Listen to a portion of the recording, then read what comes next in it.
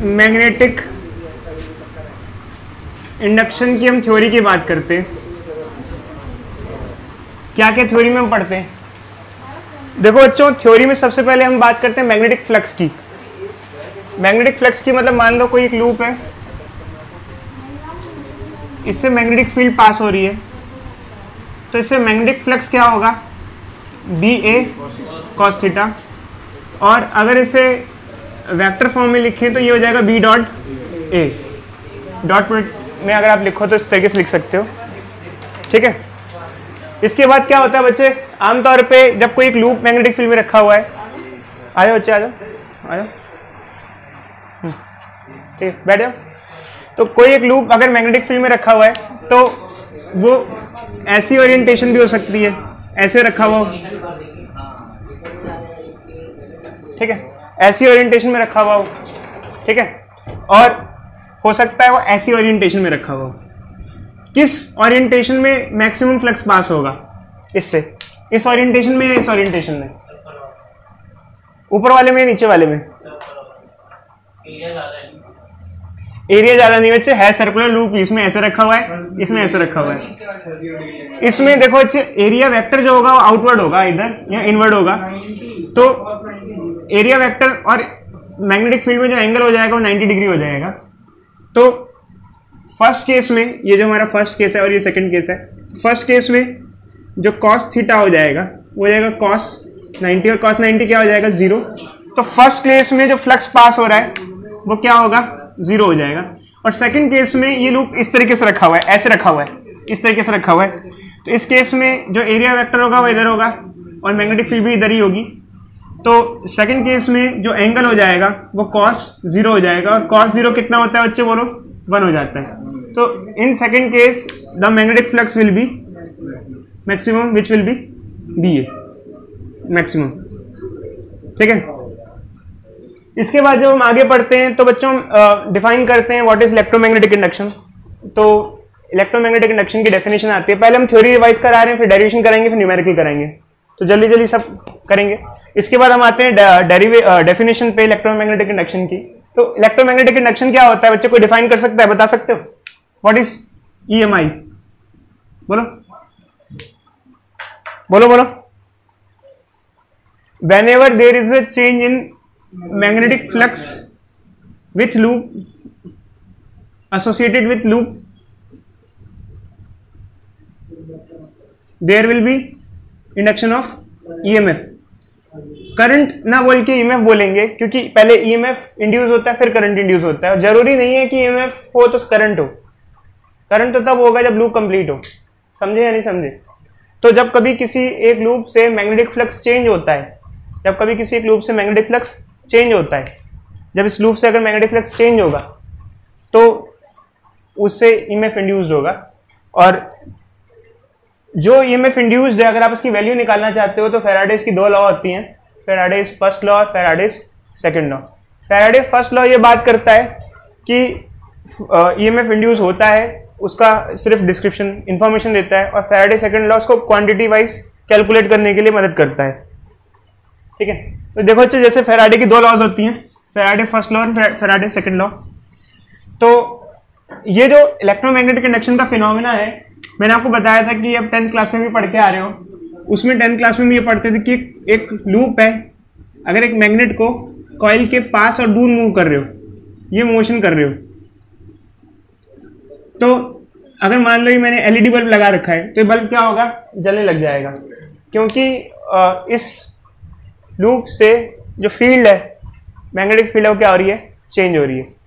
But actual में क्या है कि 10th क्लास में और 12th क्लास में ये फर्क है कि वहां हम पढ़ते थे कि अगर फील्ड चेंज हो रही है तो इंडक्शन होगा, बट यहाँ हम पढ़ते हैं कि फ्लक्स में से कोई भी चीज चेंज हो रही हो, आइदर फील्ड चेंज हो रही हो और एरिया चेंज हो रहा हो और एंगल चेंज हो रहा हो, तो हम EMF इंड्यूस कर सकते हैं। तो मैंने बच्चों जब आपको पढ़ाया था इलेक्ट्रोमैग्नेटिक इंडक्शन, तो मैंने आपसे पूछा था कि क्या कैसे कैसे हम EMF इंड्यूस कर सकते हैं, किस किस तरीके से? कोई तरीका बता सकते हैं आपको? क्या क्या तरीके होंगे? अगर किसी कॉइल में करंट इंड्यूस करना है या EMF इंड्यूस करना है, क्या क्या तरीके आप कर सकते हो? मैग्नेट को कॉइल के आसपास मूव करा करके, एरिया छोटा बड़ा करके, और लूप को रोटेट करा करके। तो जैसे मान लो अगर आप लूप को रोटेट कराते हो, देखो जैसे फ्लक्स, मैग्नेटिक फ्लक्स क्या होता है, BA cos थीटा। अगर आप लूप को रोटेट कराते हो, लूप को रोटेट कराते हो, तो इसमें क्या चेंज होगा, इसमें क्या चेंज होगा बच्चे, इसमें एंगल चेंज होगा, ठीक है। कॉइल को मैग्नेट के पास ये दूर ले जाके, या मैग्नेट को कॉइल के पास दूर ले जाओगे तो फील्ड चेंज होगी। और वैसे आप एरिया भी चेंज कर सकते हो। एरिया चेंज करने का एक तरीका बताया था हमने आपको, एक टॉपिक बताया था जिसका नाम था मोशनल ईएमएफ। याद है भूल गए? याद है भूल गए? मोशनल ईएमएफ याद है भूल गए? क्या था मोशनल ईएमएफ? भाई कमाल हो गया। अच्छा इधर देखो अच्छे, प्रथम बात मत करो। मोशनल ईएमएफ ये था कि मान लो किसी मैग्नेटिक फील्ड में एक लूप रखा हुआ है ऐसे, इसमें ये आर्म मूवेबल आर्म है, तो क्या होगा, ये मूव कर रही है आउटवर्ड, तो क्या होगा बताना।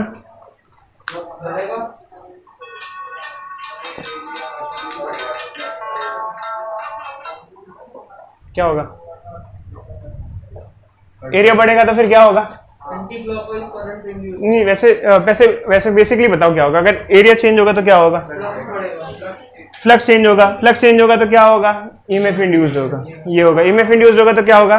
करंट इंड्यूस्ड होगा। जब किसी कॉइल से लिंक्ड मैग्नेटिक फ्लक्स चेंज होता है तो ईएमएफ या करंट इंड्यूस होता है। फ्लक्स में मैग्नेटिक फील्ड भी हो सकती है, एरिया भी हो सकता है, और क्या हो सकता है? एंगल हो सकता है, BA cos थीटा। कोई डाउट बच्चों? यहाँ मूवेबल आर्म है। अब क्या है बच्चों, आगे हम देखते हैं। तो हमने इसके बाद आपको फैराडेज की 2 लॉस बताई थी।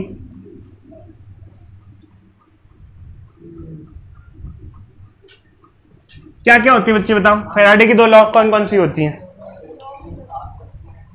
पहली लॉ ये बताती है कि जब तक आप फ्लक्स चेंज करते रहोगे, मतलब मैग्नेट को पास दूर लाते रहोगे, तब तक ईएमएफ इंड्यूस होता रहेगा। और जब आप रुक गए, मैग्नेट को आप लाए और रोक दिया, तो ईएमएफ और करंट इंड्यूस होना क्या हो जाएगा? बंद हो जाएगा। तो जब तक आप फ्लक्स चेंज करोगे तो ही ईएमएफ इंड्यूस्ड होगा,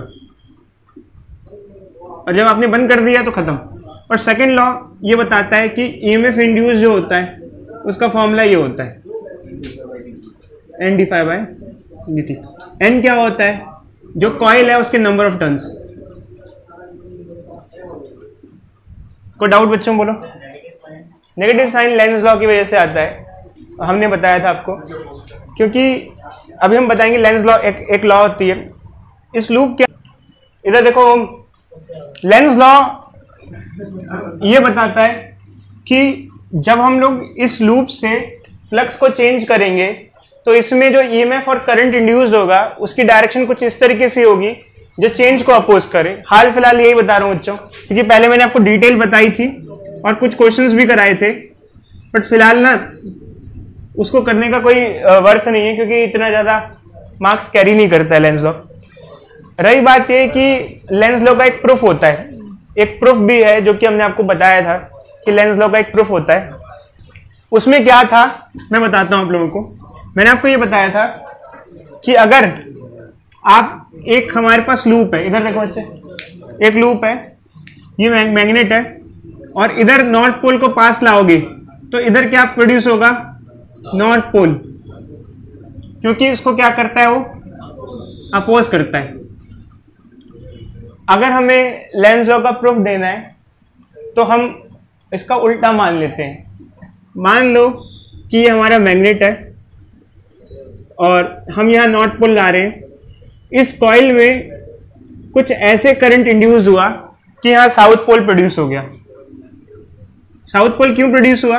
क्योंकि जब किसी कॉइल में करंट इंड्यूस होता है तो वो करंट कैरिंग कॉइल मैग्नेट की तरह बिहेव करती है। हर करंट कैरिंग कॉइल मैग्नेट की तरह बिहेव करती है और उसके अंदर पोल्स बन जाते हैं, एक साइड में साउथ और एक साइड में साउथ और एक साइड में नॉर्थ। अब इस कॉइल के एक साइड में साउथ बन गया, एक साइड में नॉर्थ, इस साइड में साउथ बन गया, उस साइड में नॉर्थ बन गया। ये मान लेते हैं, ये हमारी असम्पशन है, ठीक नहीं है, गलत है, एक्चुअल में होता यही है। बट इसमें क्या होता है कि मान लो हमने ना इसको थोड़ा सा जेंटल पुश दिया, ऐसे इसको ऐसे यूं बस यूं किया, इधर साउथ प्रोड्यूस हो गया, ये साउथ इसको क्या करेगा, अपनी तरफ क्या करेगा, अट्रैक्ट करेगा। तो आपको सिर्फ एक बार पुश करने की जरूरत है, बाकी टाइम वो लूप ही उसको अपने आप खींच लेगा। एक तो लूप खींच भी रहा है उसको, और साथ साथ में क्या दे रहा है, साथ साथ में इलेक्ट्रिसिटी भी जनरेट कर रहा है। इलेक्ट्रिसिटी भी क्या कर रहा है, जनरेट कर रहा है, और साथ में मोशन भी दे रहा है। ऐसा पॉसिबल नहीं हो सकता कि आपने थोड़ी सी मेहनत की और उसके अल्टीमेट रिजल्ट आ रहे हो। आपने इसको पुश किया, ये साउथ हो गया मान लो, ये खींच रहा है, खींच भी रहा है और साथ साथ में करंट भी इंड्यूस हो रहा है। ऐसा नहीं हो सकता है जिंदगी में। जब तक आप मेहनत करते रहोगे तब तक आपको कुछ रिजल्ट्स मिलता रहेगा। जिस दिन आपने मेहनत बंद कर दी उस दिन से रिजल्ट्स आने क्या हो जाएंगे, बंद हो जाएंगे। तो एक्चुअल में क्या होता है, ये law of conservation of energy को वायलेट करता है। Law of conservation of energy क्या कहता है कि अगर आप कुछ वर्क करोगे तभी आपको एनर्जी मिलेगी। तो ऊपर वाले केस में हम क्या वर्क कर रहे हैं और हमें क्या है, उसके बदले क्या मिल रहा है, ऊपर वाले केस में प्रथम बताएगा। ये बच्चा, इसका ध्यान फोटो पे ज्यादा जा रहा है, ये बताएगा। हाँ, आज नहीं पूछे हम क्या वर्क कर रहे हैं और हमें उसके बदले में क्या मिल रहा है। हम इस मैग्नेट को पास ले जाने के लिए वर्क कर रहे हैं, क्योंकि हमें अपोजिशन मिल रहा है तो हमें एक्सटर्नल वर्क करना पड़ रहा है, एक्सटर्नल वर्क करना पड़े इसको इधर ले जाने के लिए, ठीक है। बट ये जो लूप है इसको अपोज कर रहा है, बट हमारा जो वर्क है व्यर्थ नहीं जा रहा है। उसके बदले इस लूप के अंदर क्या प्रोड्यूस हो रहा है, इलेक्ट्रिसिटी प्रोड्यूस हो रही है। तो हमारे एक्सटर्नल वर्क की वजह से यहाँ क्या हो रही है, इलेक्ट्रिसिटी। समझे बच्चे, फिजिक्स में एक रूल है, एनर्जी फ्री में नहीं मिलती है, उसके लिए कुछ ना कुछ करना पड़ता है, या वो कहीं ना कहीं से आती है,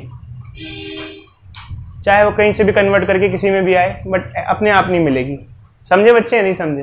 फिर लेंस के बारे में था।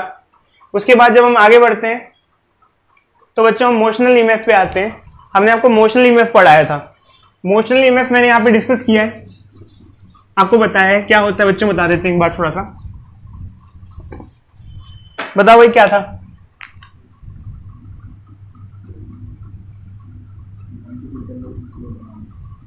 अगर किसी मैग्नेटिक फील्ड में एक लूप रखा हुआ है जिसके अंदर एक आर्म मूवेबल आर्म है,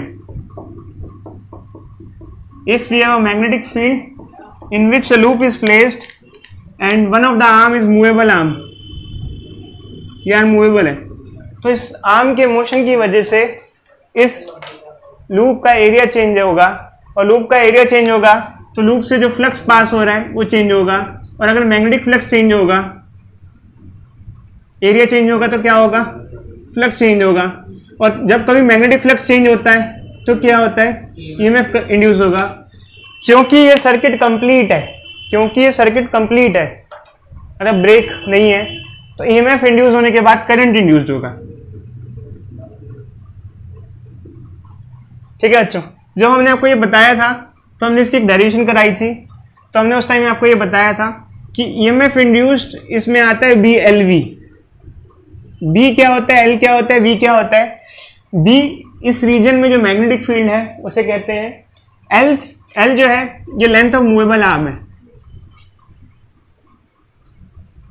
लेंथ ऑफ मूवेबल आर्म है। और वी क्या है, velocity with which it is moving, ये है बी एल वी। तो ये हमने बताया था। और अगर if you want to find out the value of current in this case, तो करंट कैसे निकलेगा, ये आ जाएगा। कैसे आया, ये कैसे आया, करंट होता है वोल्टेज बाय रेजिस्टेंस। वोल्टेज क्या हो गया बी एल वी, और रेजिस्टेंस क्या आ गया, आर आ गया। ये हमने बताया था उस टाइम पे आप लोगों को।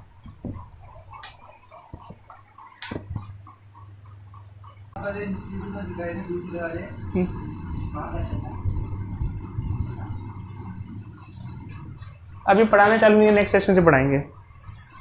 चलो अच्छे आगे बढ़ेंगे। तो क्या है हमारा टॉपिक, एनर्जी कंसिडरेशन। मैंने तो अच्छे काफ़ी जगह पढ़ा है अब तक, तो बहुत जगह पढ़ा चुका हूँ। नोएडा, यहाँ वहाँ बहुत जगह पढ़ा चुका हूँ। चलो आगे बढ़ते हैं। एनर्जी कंसिडरेशन में क्या होता है,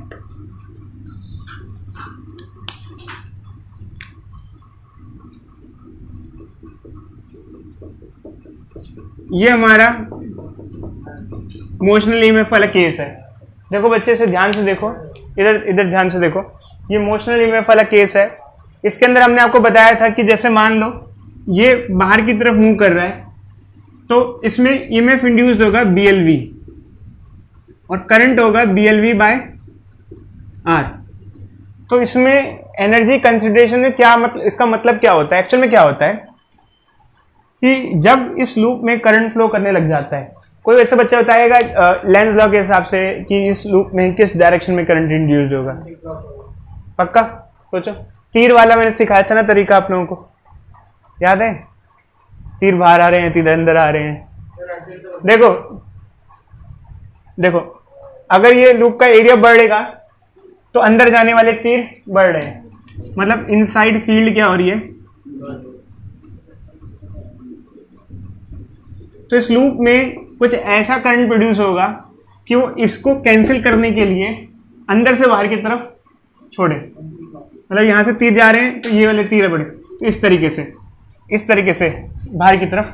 तो करंट की डायरेक्शन जो होगी वो ये होगी, जो कि होगी एंटी क्लॉकवाइज, ऐसे फ्लो करेगा। अब इस लूप में जब करंट फ्लो करेगा तो इसमें ये केस क्रिएट हो जाएगा, और ये केस होगा current carrying loop placed in magnetic field. Current carrying wire placed in magnetic field. क्या होता है बच्चों, जब कोई करंट कैरिंग वायर प्लेस्ड होती है मैग्नेटिक फील्ड में तो क्या होता है, अगर कोई current carrying wire magnetic field में प्लेस होती है तो उस पर फोर्स लगता है ILB, बिल साइन थीटा या ILB साइन थीटा। और you can write in cross product also, आप क्रॉस प्रोडक्ट की फॉर्म में लिख सकते हो IDL cross D, DF is equal to IDL cross B। और अगर नहीं आ रहा तो वही रिवीजन वाली वीडियो पे जाओ, रिवाइज करो अच्छे से, 4 चैप्टर बहुत अच्छे से सब डाल रखा है, पढ़ लेना अच्छे से, टाइम यूटिलाइज करो अपना, देखो वहाँ पर कम टाइम में अच्छे से बता रखा है, ठीक है। तो इस करंट कैरिंग वायर पे जो मूवेबल आर्म है, ये जो आर्म है, इस पे जो फोर्स होगा इसकी डायरेक्शन क्या होगी, किस डायरेक्शन में फोर्स लगेगा, इनवर्ड आउटवर्ड या जो भी। तो जब आप ये निकालोगे तो इस पे जो फोर्स की डायरेक्शन आएगी वो अपोजिट आएगी, मोशन के अपोजिट आएगी। मोशन के अपोजिट मतलब कि इधर आएगी, ऐसे आएगी। तो मेरा क्वेश्चन ये कि ये अंदर क्यों लग रहा है, अपोजिट क्यों लग रहा है फोर्स, फिजिक्स के हिसाब से बताओ सोच के, क्यों अपोजिट क्यों लग रहा है, बताओ अच्छे। करंट की डायरेक्शन उल्टी है ना, उसकी वजह से। देखो अच्छे, फिजिक्स ये कहती है कि आप जब भी कुछ करोगे और आपको कुछ मिलना होगा तो उसके लिए आपको कोई मेहनत करनी पड़ेगी, और लाइफ भी यही कहती है, जब तक स्कोर नहीं आएगा जब तक मेहनत नहीं करोगे। अब एक्चुअल में क्या है कि अगर सब चीज़ें आसानी से मिलती और सब चीज़ें बहुत आसान होती और कोई ऐसी कहानी होती नहीं, तो ये मूवेबल आर्म है, इसको एक बार धक्का दे देते तो ये मूवेबल आर्म ऐसे खिसकती जाती, चलती जाती। अगर ये मूवेबल आर्म फ्रिक्शनलेस होती, फ्रिक्शनलेस पता है ना आपको, फ्रिक्शनलेस में एक चीज़ को धक्का देते वो चलती जाएगी, तो ये एरिया एक बार पुश किया होता अपने एरिया चेंज होता रहता, और एरिया चेंज होता रहता तो क्या होता रहता, फ्लक्स चेंज होता रहता और EMF और करंट इंड्यूस होता। वही एक बार की मेहनत में सब मिल रहा है। मैंने आपको फिर बोला है कि एक बार की मेहनत में कुछ भी नहीं मिलता है, आपको कंटिन्यूसली मेहनत करनी पड़ेगी। इस चक्कर में क्या होता है, इस पे एक अपोजिट फोर्स लगता है और वो कहता है, अब देखते हैं बच्चे कैसे करते हो, ये अंदर की तरफ फोर्स लगेगा ILB साइन थीटा। जब साइन थीटा की वैल्यू हम यहाँ पुट करते हैं तो वो 1 हो जाती है, तो फोर्स जो हो जाता है वो हो जाता है ILB, ठीक है। इतना फोर्स अंदर की तरफ लगता है, और अगर आप कंटिन्यूसली लूप को चलाना चाहते हो तो ठीक आपको भी कम से कम इतना ही फोर्स लगाना पड़ेगा अगर आप इसको कांस्टेंट वेलोसिटी से चलाना चाहते हो। ILB से कम लगाओगे तो रुक जाएगा, बराबर या ज़्यादा लगाओगे तो लूप चल पाएगा। हाँ बच्चे, बराबर में क्या होता है, जैसे कई बार बच्चे कहते हैं बराबर होगा तो 0 हो जाएगा, स्टार्टिंग में थोड़ा सा ज़्यादा लगा दो फिर उसके बाद बराबर लगा दो। स्टार्टिंग में ज़्यादा लगाया, चीज चल गई, चलने के बाद बराबर लगा दो, नेट फोर्स 0 भी हो गया, बट उसने कुछ वेलोसिटी गेन कर ली, अब वो उसी वेलोसिटी से मूव करता रहेगा। समझे? जैसे बाइक है, मैंने जब आप लोगों को 11th क्लास में पढ़ाई थी तो मैंने कहा था कि जैसे बाइक को हमें स्टार्ट करना होता है इनिशियली, तो ये हमारा इंजन का फोर्स है और ये फ्रिक्शन फोर्स है। तो स्टार्टिंग में आपको इंजन का फोर्स फ्रिक्शन से ज्यादा देना पड़ेगा ताकि आप कुछ वेलोसिटी गेन कर लो। वो तो अच्छे ठीक है, बट ये जैसे मान लो आपको वेलोसिटी गेन करनी है, कुछ आपने कांस्टेंट वेलोसिटी गेन कर ली, मान लो अच्छा खासा स्पीड हो गई, तो अब आप क्या करना, उसकी एक्सेलरेशन कम कर देना। अब ये दोनों फोर्स बराबर भी हो गए तो नेट फोर्स 0 हो गया, बट बॉडी ने कांस्टेंट वेलोसिटी गेन कर ली है तो उसी वेलोसिटी से चलेगा। बस इंजन क्या कर रहा है, उसको काउंटर बैलेंस कर रहा है, बैलेंस कर रहा है। तो इसलिए तो इतना फोर्स हम देंगे, हमें देना पड़ेगा। अगर हम इसको कांस्टेंट वेलोसिटी से चलाना चाहते हैं तो हम इतना फोर्स देना पड़ेगा, कम से कम कितनी पावर देनी पड़ेगी। पावर होता है बच्चों, पावर होता है फोर्स इंटू वेलोसिटी। ठीक है, तो फोर्स की वैल्यू पुट निकाल सकते हो। अगर ये वैल्यू यहां पुट कर दो, क्या आ जाएगा बच्चों, फोर्स क्या आ जाएगा, ये क्या हो जाएगा, v²L। और पावर आपको कितनी देनी पड़ेगी कंटिन्यूअसली इसको चलाने के लिए, ये होगा फोर्स इंटू वेलोसिटी, और इसमें आप वेलोसिटी मल्टीप्लाई कर दो, जाएगा v²L² v²/r। This much amount of power is continuously required to move this loop, but आपकी जो पावर है वो व्यर्थ नहीं जाएगी। कहाँ जाएगी आपकी पावर, कहाँ जाएगी आपकी पावर, आप जो पावर लगा रहे हो, आप जो वर्क कर रहे हो, कहाँ जाएगा, ईएमएफ इंड्यूस करने में, इलेक्ट्रिसिटी में जाएगा। इलेक्ट्रिसिटी मिल रही है यार आपको, फ्री में नहीं मिल रही है, आप उसको इसके लिए फोर्स लगा रहे हो, वर्क कर रहे हो, पावर डिलीवर कर रहे हो। भाई विंड टरबाइन में, हाइड्रो टरबाइन में जब तक टरबाइन घूमेगी तब तक इलेक्ट्रिसिटी प्रोड्यूस होगी, और जब घूमना बंद हो जाएगी नहीं होगी। आप घर पे भी ऐसी साइकिल बना सकते हो।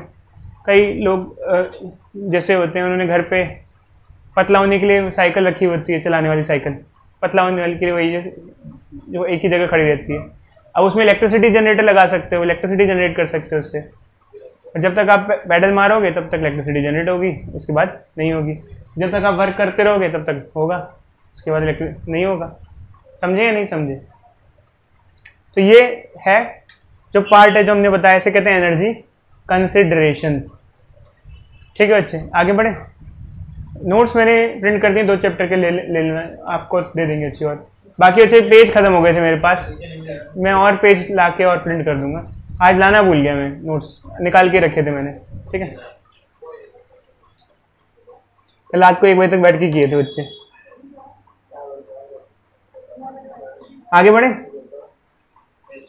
अब हम आते हैं बच्चों एडी करंट पे। एडी करंट पे कोई बच्चा बताएगा एडी करंट क्या होता है? कोई बच्चा बताएगा एडी करंट क्या होता है?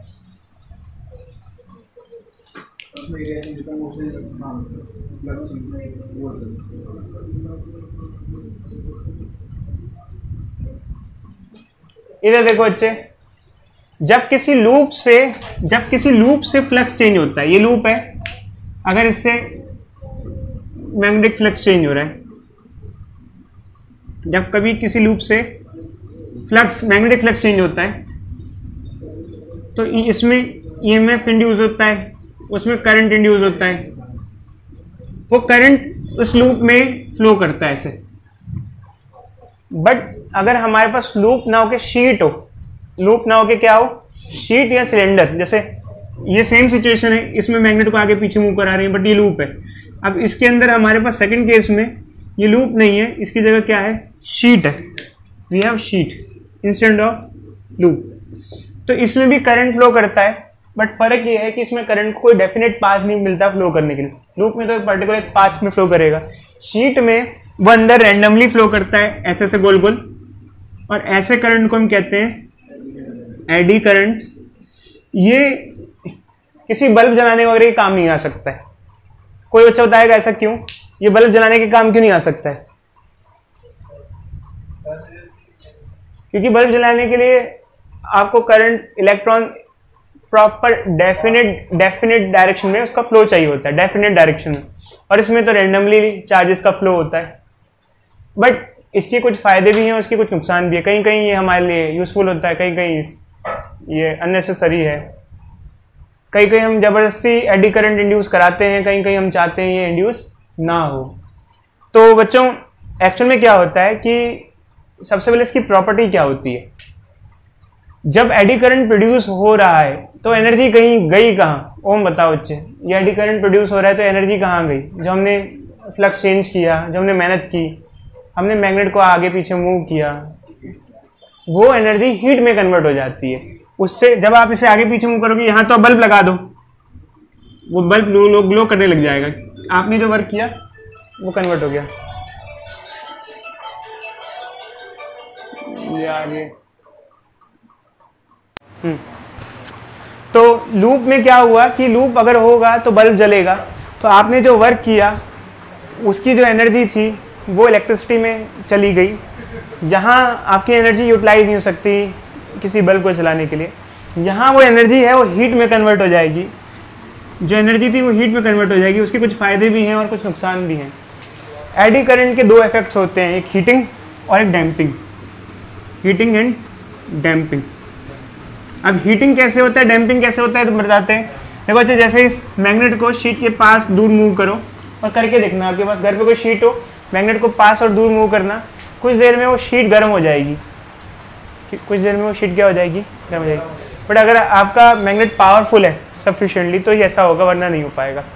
ठीक है, तो एक हीटिंग इफेक्ट प्रोड्यूस होता है एडी करंट से और एक डैम्पिंग होता है। डैम्पिंग कैसे होता है बताते हैं बच्चे। डैम्पिंग के लिए मैंने आपको बताया था कि एक काम करो, दो मैग्नेट के बीच में ना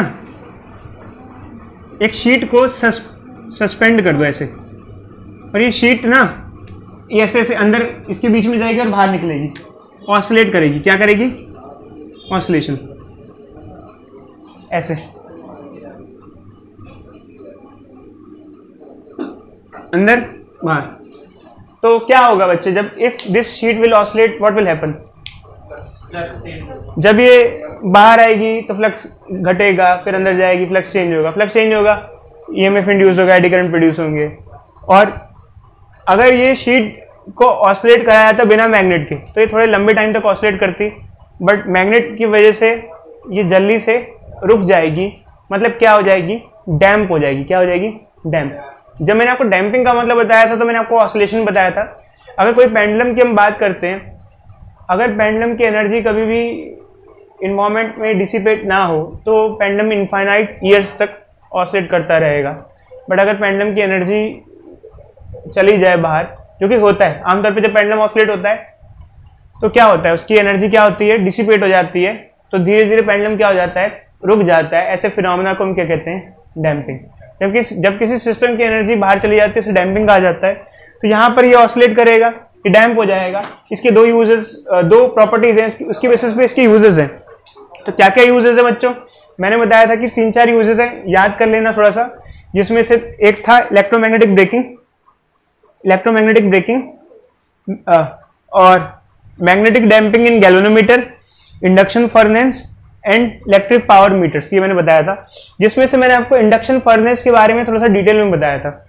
और मैंने बताया था कि जब आप कॉलेज जाओगे तो फर्स्ट ईयर सेम होता है सभी का, सभी ब्रांचेस का फर्स्ट ईयर क्या होता है? सेम होता है। एक ऐसी कॉइल होती है, उसमें एसी करंट फ्लो कर रहा होता है, और उसके अंदर क्या करते हैं, मैंने आपको बताया था कि हथौड़े से आपको फॉर्जिंग का काम मिलेगा। फॉर्जिंग पता है ना, बताया था, हथौड़ा मारने का। उसमें आप लोहे को प्लेस करोगे, थोड़ी सी देर वो लोहा बहुत गर्म हो जाएगा, बिना आग लगाए भट्टी में डाले, इलेक्ट्रिसिटी की हेल्प से गर्म हो जाएगा। आजकल मैंने बताया था आप लोगों को, जो इंडक्शन कुकर टॉप होता है या इंडक्शन जो घरों में यूज होता है, वो भी सेम फिनोमेना पे यूज होता है, वो भी एडी करंट के फिनोमेना पे यूज होता है। जो आपके एप्लीकेशन बेस्ड क्वेश्चन आएंगे उसमें ध्यान रखना, एडी करंट से एसोसिएट क्वेश्चन आ सकता है, क्योंकि एडी करंट एक फिनोमेना है जो कि हम लोग किसमें यूज करते हैं? इंडक्शन कुकर्स में यूज करते हैं। तो बहुत इंपॉर्टेंट है। इसके आने एसी पे ही मोस्टली यूज होता है। तो एक्चुअली क्या होता है, एसी में देखो जैसे कॉइल है, इससे करंट फ्लक्चुएट करता रहेगा, क्योंकि एसी में करंट फ्लक्चुएट होता है। अगर करंट फ्लक्चुएट होगा तो फील्ड फ्लक्चुएट होगी, मैग्नेटिक फील्ड फ्लक्चुएट होगी तो फ्लक्स फ्लक्चुएट होगा, फ्लक्स फ्लक्चुएट होगा तो ईएमएफ इंड्यूस होगा, करंट इंड्यूस होगा, एडी करंट प्रोड्यूस होगा। क्योंकि ये लूप नहीं है, ये एक तरीके की सिलेंडर बॉडी है, तो इसके अंदर एडी करंट प्रोड्यूस होकर गर्म हो जाएगा। अगर आपको देशी इंडक्शन फर्नेस बनानी है, मतलब देशी मतलब घर पे बनानी है, देशी मतलब घर पे बनानी है, तो एक काम करो, सोलेनॉइड जैसी एक कॉइल ले लो, ठीक है, बट उसका रेजिस्टेंस ठीक ठाक हाई हो, ठीक है, हाई हो, ठीक है, ऐसा ले लो, ठीक है। और रेजिस्टेंस का बच्चे देख लेंगे, स्पेसिफिकेशन आप डिजाइन करना, उसमें फिर आप एसी सोर्स से उसे कनेक्ट कर दो। तो एसी, हाँ डायरेक्ट बच्चे ऐसा नहीं कह रहा, मतलब कि बता रहा हूँ, मतलब बेसिक कॉन्फ़िगरेशन बता रहा हूँ, कुछ आपको और भी चीजें लगानी पड़ेंगी, वो तो पढ़ा के क्या क्या लगाना है नहीं लगाना।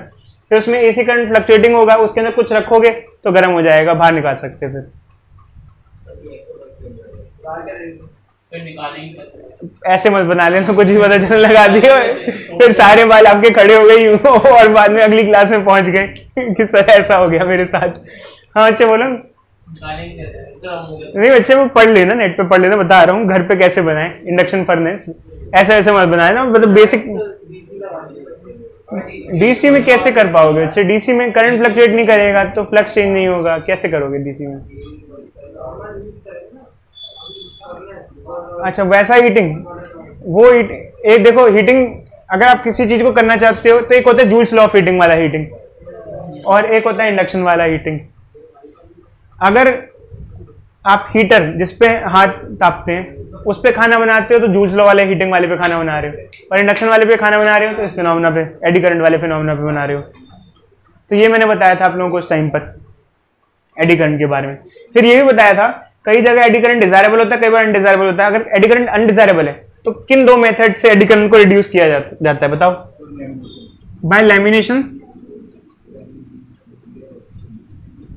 And second slotting.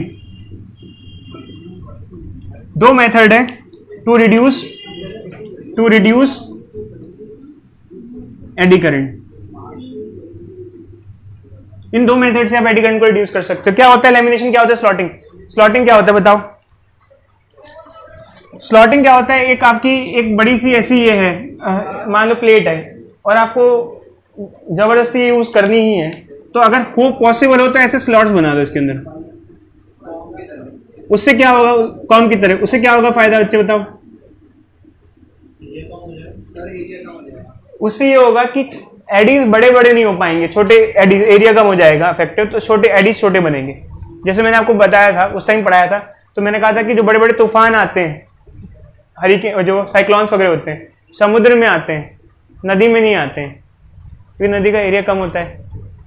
ठीक है, समझ में आ गया। लैमिनेशन क्या होता है मैंने आपको बताया था कि ट्रांसफार्मर का जो कोर होता है वो ऐसा होता है, ऐसा सा कोर होता है ट्रांसफार्मर का, ऐसा सा कोर होता है। बट वो कोर मेटल में रिजिड नहीं होता, पतली पतली शीट से चिपका के बनता है।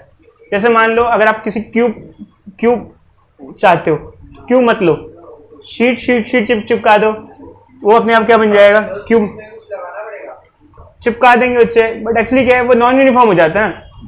एक पूरी क्यूब है वो अपने आप में यूनिफॉर्म मटेरियल हो जाएगा, तो एडी करंट प्रोड्यूस होंगे। पतली पतली शीट चिपकाओगे अपने में नॉन यूनिफॉर्म हो जाएगा, नॉन यूनिफॉर्म से एडी बड़े नहीं हो पाएंगे। ये मैंने बताया था। ठीक है, आगे बढ़े। ठीक है, अब आगे बढ़ते हैं। फिर सेल्फ इंडक्शन और म्यूचुअल इंडक्शन आएगा। एक मिनट